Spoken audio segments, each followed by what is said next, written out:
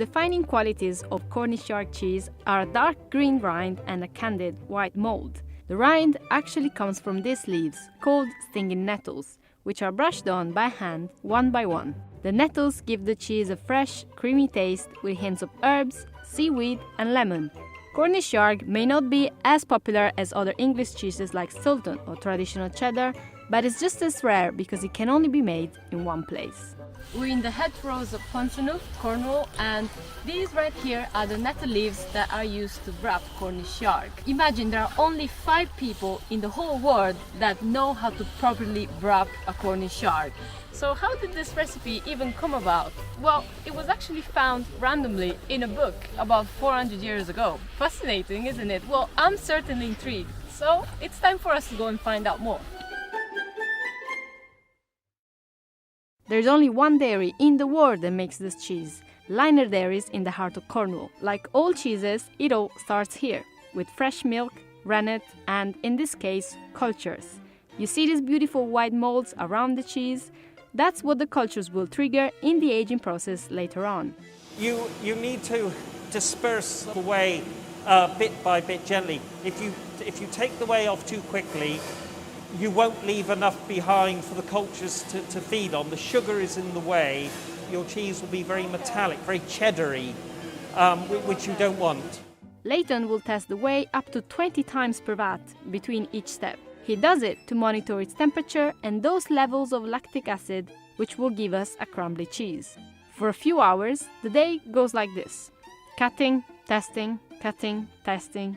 They're big, The curd itself is still quite delicate, and you can see underneath the pat, you can see the curds, the individual curds. Yes, yeah, but they still stick together, even though... It always wants to knit itself together. Oh, I see, because they remember where they came from. Once all the whey is drained, all that is left is salting the curd, cutting it again into very small pieces, placing it into molds, and pressing them. After it spends 24 hours in the press and in brine, we have a beautiful white canvas that is ready to turn into a Cornish yard. The only people fit for the job are these ladies, the nettlers. Every year between May and July, they go out in the fields to carefully pick the stinging nettles that are used to wrap the cheese. This large quantity of nettles is kept frozen to freeze off the small needle-like structures that sting and cause a rash when they touch human skin. So what we have to ensure is to make sure that this leaf is dipped, completely immersed 5 times. Oh, 5 times? Because you are actually washing it. And then with as you see, there's a furry side and there's a shiny side. Yeah. The shiny side goes against the cheese.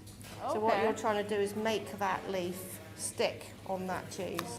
And then with your brush, take your moisture out.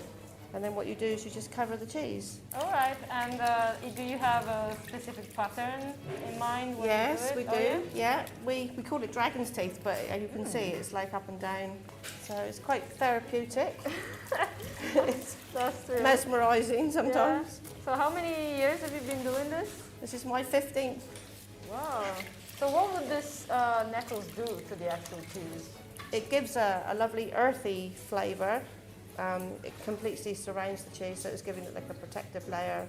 It's very, very quirky. It's very unusual. No one else does it.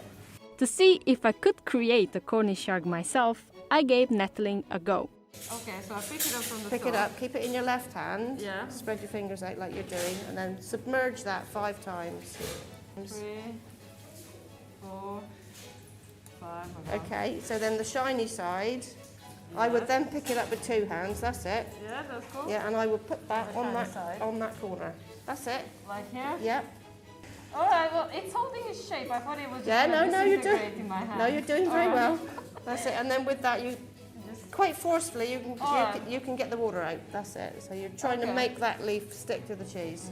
Jenny told me that it's okay to leave little gaps between leaves when nettling. Why? Because the cultures that we added at the very start of the making process will form a natural mold once the cheese ages. Can you see the pattern you're forming? Yeah.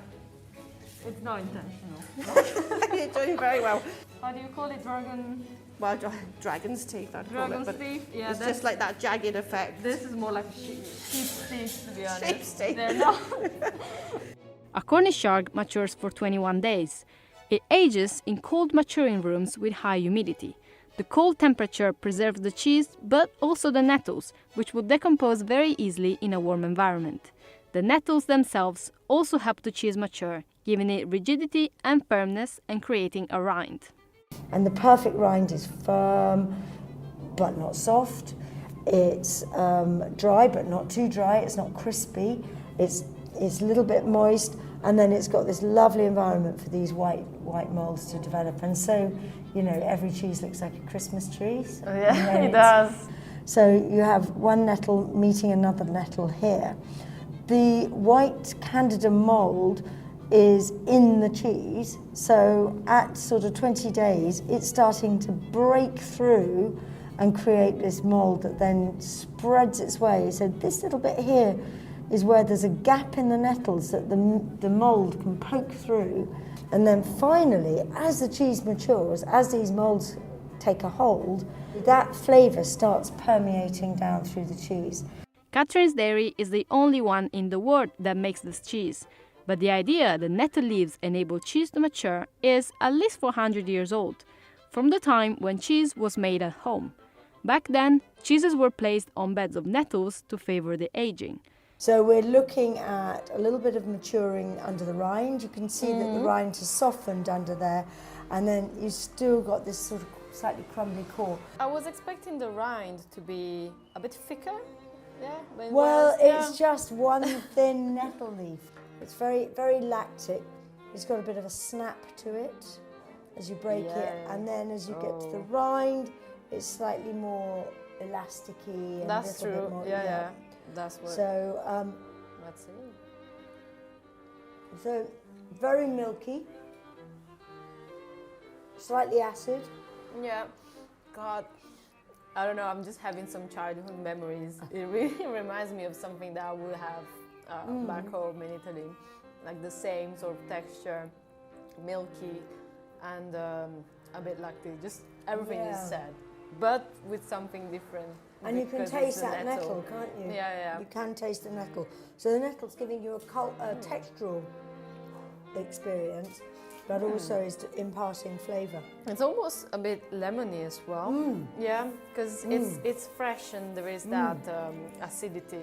Maybe not a very acidic lemon, but something like, you know, an Amalfi lemon, you know, one of those sweeter ones. So there is something about right. it. Yeah, And the other thing I think you get a bit of is yogurty. definitely. But the older the cheese gets, the more likely you are to get some of those flavours coming through.